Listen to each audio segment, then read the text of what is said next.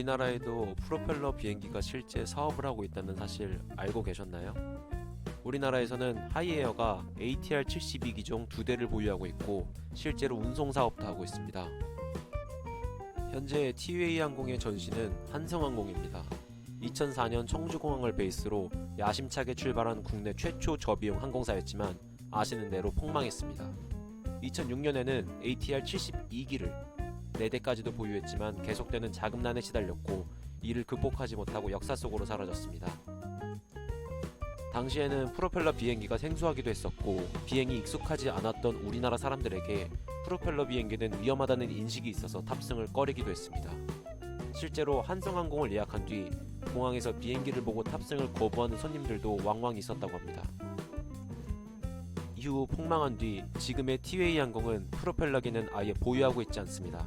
참고로 현 제주항공 역시 초창기에는 프로펠러 기종인 Q400을 운영했으나 역시 사람들의 편견을 이기지 못하고 현재는 모두 처분한 상태입니다.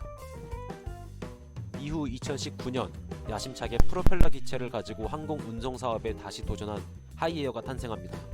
ATR-72기를 도입하여 처음에는 항공기 한 대로 시작했지만 그 이후 두 번째 항공기를 들여와 총 2대를 운용 중입니다.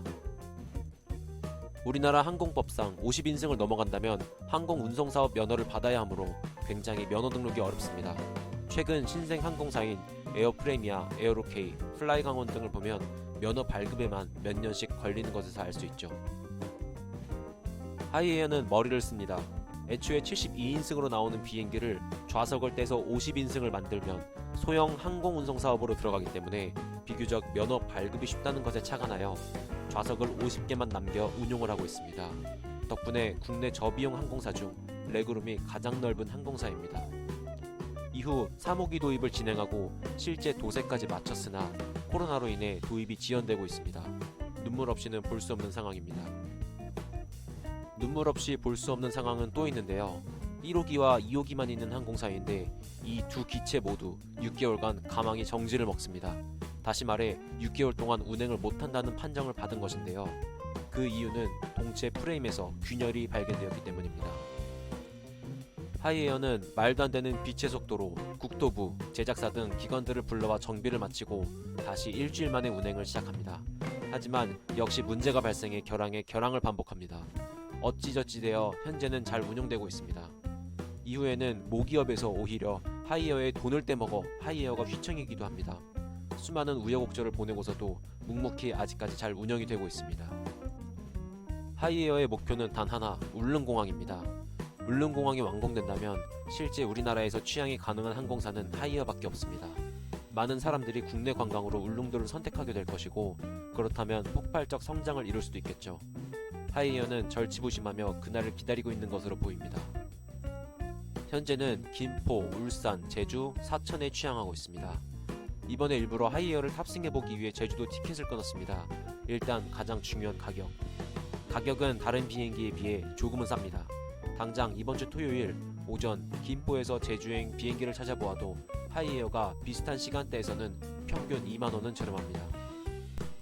김포에서 수화물을 맡기는 데스크는 가장 오른쪽 구석에 위치해 있었습니다. 데스크 역시 한 자리만을 사용하고 있었는데 아무래도 탑승 인원이 50명이다 보니 대기줄이 거의 없이 바로 이용할 수 있었습니다. 물어보니 기내식이나 기내 음료 서비스는 전혀 시행하고 있지 않다고 하네요. 하이에어를 탑승할 때 보니 보딩 브릿지로 연결이 되어 있지 않고 버스를 타고 이동을 해야 했습니다. 항공기 기체 높이를 보았을 때 보딩 브릿지로 연결이 불가능해 보였습니다. 제주에서 김포로 올 때도 버스를 탑승한 것을 보니 모든 항공편에서 버스를 탑승해서 이동하는 것으로 보였습니다. 버스는 한 번에 이동하는 것으로 보입니다.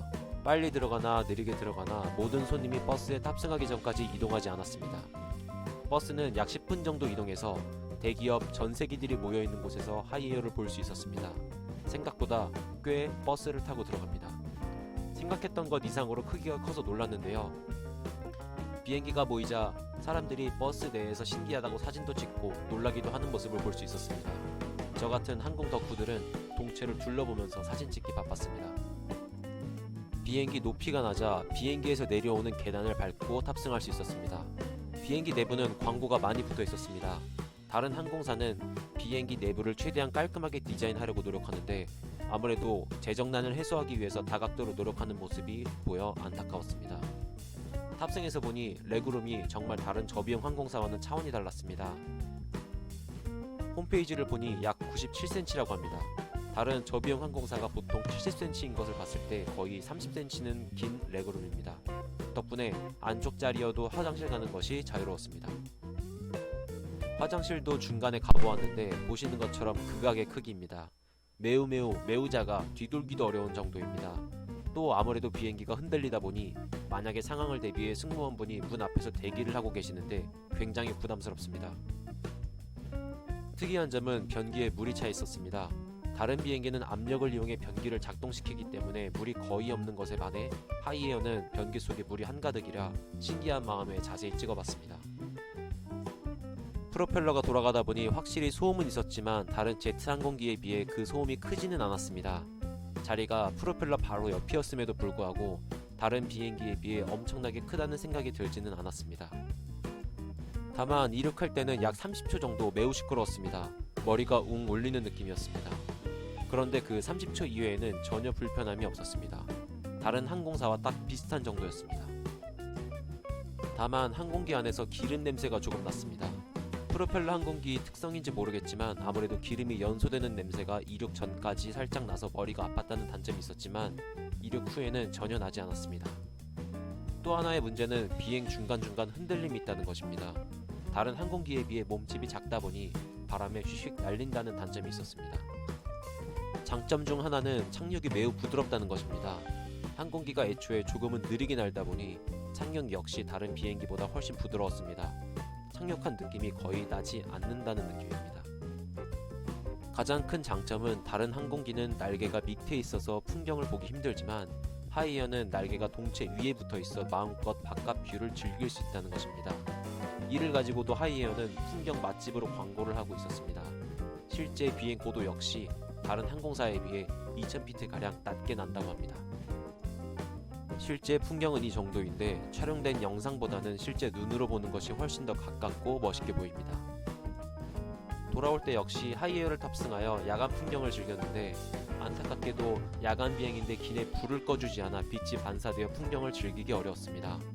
그럼에도 대한민국에서 유일하게 남아있는 프로펠러를 운영하는 항공사 하이에어. 한번 탑승해보시길 추천드립니다. 지금 아니면 또 언제 타볼 수 있을까요? 참고로 하이에어는 지금 무착륙 관광 비행도 많이 운영 중입니다. 이외에도 애완동물 탑승이나 여러 이벤트를 같이 하고 있으니 한번 둘러보셔도 좋을 것 같습니다. 앞으로 하이에어가 무럭무럭 자라서 우리나라에서도 프로펠러 비행기를 타고 해외를 나갈 수 있었으면 좋겠습니다.